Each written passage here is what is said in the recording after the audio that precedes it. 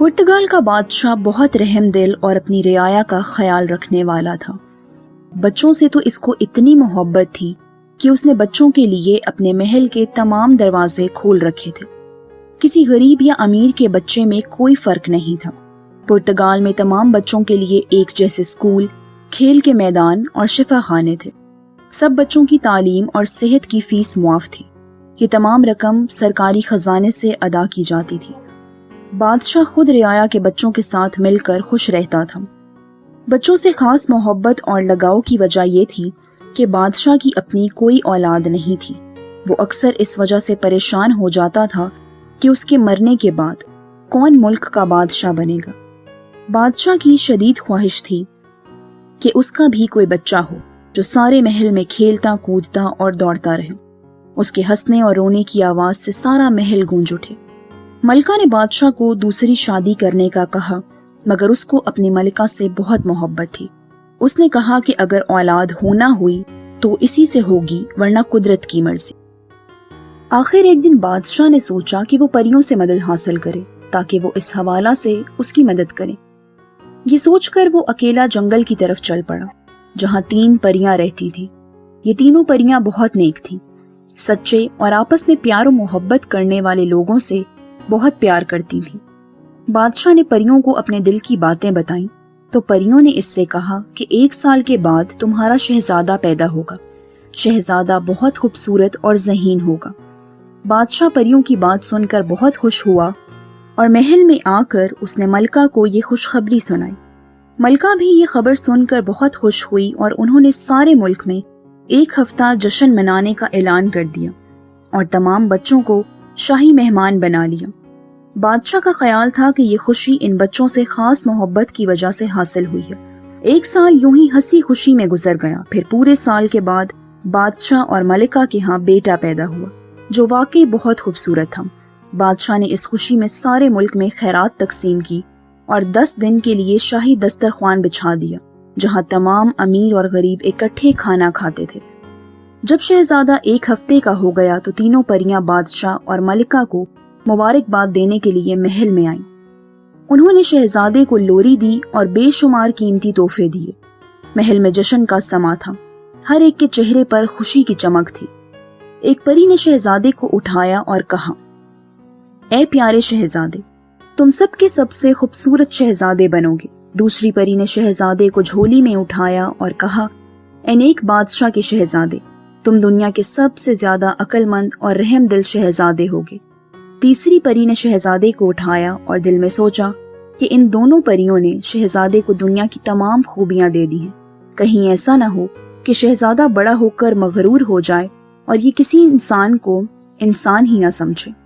ये सोचकर तीसरी परी ने शहजादे के सर को चूमा और दोनों कानों को प्यार करके बोली, शहजादे, तुम्हारे खरगोश जैसे लंबे कान होंगे ताकि तुम गरूर ना करो। ये कहकर परी ने शहजादे को झूले में लिटाया और यकदम गायब हो गई। जब शहजादा बड़ा हुआ तो वो बचपन से भी ज्यादा खूबसूरत, अक्लमंद और रहम दिल निकला। हर एक के साथ इखलाक से पेश आता। तमाम बच्चे इसके दोस्त थे। वो भी इन बच्चों का बहुत ख्याल रखता था। शहजादे ने इन तमाम खूबियों के बावजूद एक ऐब भी था। वो ये कि इसके कान खरगोश जैसे थे, लंबे लंबे और नरमो मुलायम। शहजादा हर वक्त अपने सर पर एक लंबी टोपी पहन कर रखता था जो उसके कानों को ढांप कर रखती थी।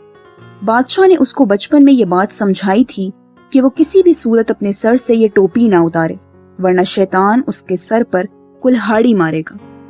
शहजादा डर के मारे टोपी नहीं उतारता था। बादशाह ने इस खौफ से कि किसी को शहजादे के लंबे कानों का इल्म न हो जाए, कभी उसकी हजामत नहीं करवाई थी, जिस वजह से शहजादे के बाल भी बहुत लंबे हो गए थे। आखिर एक दिन शहजादे ने सर में खुजली की शिकायत की। बादशाह ने सोचा कि ये बाल ना कटवाने से हो रही होगी, अब क्या किया जाए। आखिर काफी सोच विचार के बाद उसने एक हजाम को महल में बुलवाया और उसे महल में शाही हजाम रख लिया। उसका काम सिर्फ ये था कि उसने शहजादे के बाल काटने होते थे और उसके लिए शर्त आयद की गई थी कि वो किसी को ये नहीं बताएगा कि उसने शहजादे के लंबे कान देखे हैं। हजाम इस शाही मुलाजमत से बहुत खुश हुआ। उसने बादशाह से वादा किया कि वो शहजादे के कानों का किसी को नहीं बताएगा। मगर चंद हफ्तों के बाद शहजादे के लंबे कानों का राज उसके दिल पर बोझ सा बन गया।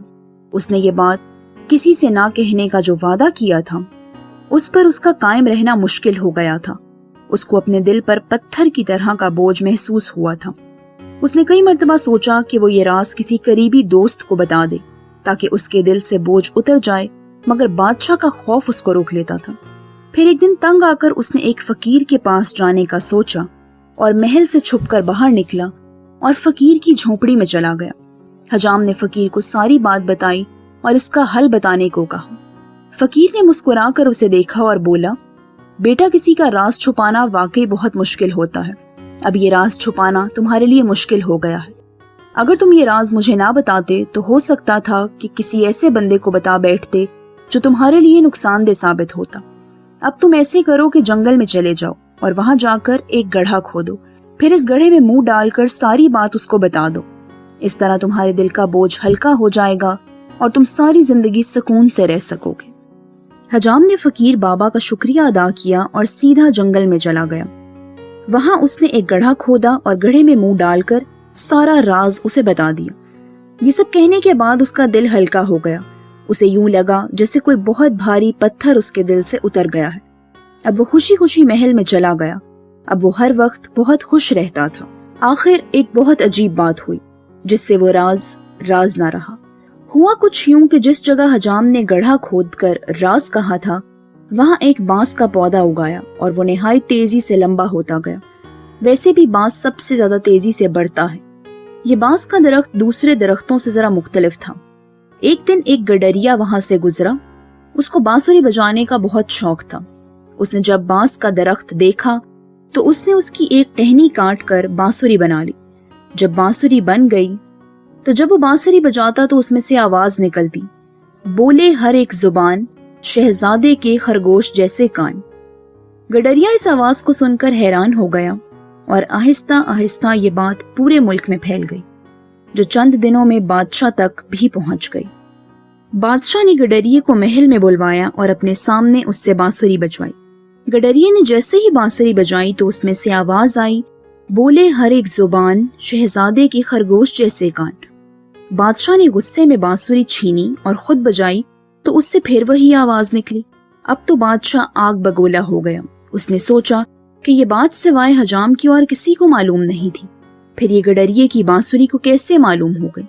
जरूर उसी हरामखोर हजाम ने गडरिये को बताई है। बादशाह ने अपने खास सिपाहियों को हुक्म दिया कि वो फौरन जाएं और हजाम को घसीटते हुए यहाँ लाएं। बादशाह का हुक्म सुनकर शहजादा आगे बढ़ा और सिपाहियों को जाने से रोक दिया। शहजादा हाथ बांधकर बादशाह से बोला, अब्बा जान, सारी उम्र आपने रहम दिली की, अमीर गरीब में कोई फर्क नहीं रखा, रियाया के बच्चों को अपने बच्चे समझा, फिर ये शाही हजाम पर जुल्म क्यों?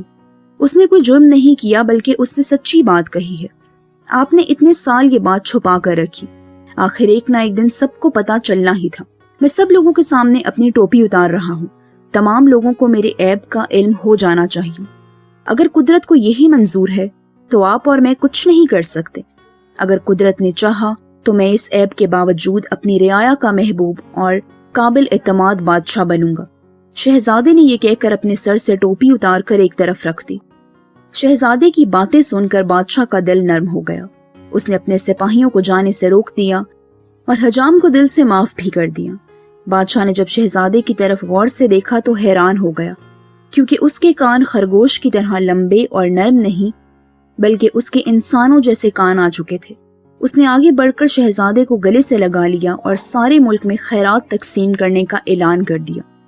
इतनी देर में तीसरी परी बादशाह के पास आई और बोली, बादशाह सलामत। शहजादे ने हजाम को मुआफ करने का कहकर ये बात साबित कर दी कि वो मगरूर नहीं है, बल्कि वो रियाया के लिए नरम दिल रखता है। इसलिए मैंने ये बात सुनकर अपनी ख्वाहिश वापस ले ली थी और कुदरत ने शहजादे को इंसानों जैसे कान दे दिए। मैं शहजादे को दुआ देती हूँ कि वो हमेशा अपनी रियाया और माँ बाप के लिए खुशी और सलामती का बाइस बने। ये कहकर परी फिर गायब हो गई और बादशाह मुस्कुराने लगा। अच्छे बच्चों, ये हकीकत है कि अगर हम दूसरों के लिए रहम दिली का जज्बा रखते हैं तो खुदा हमें जरूर इसका अच्छा सिला देता है।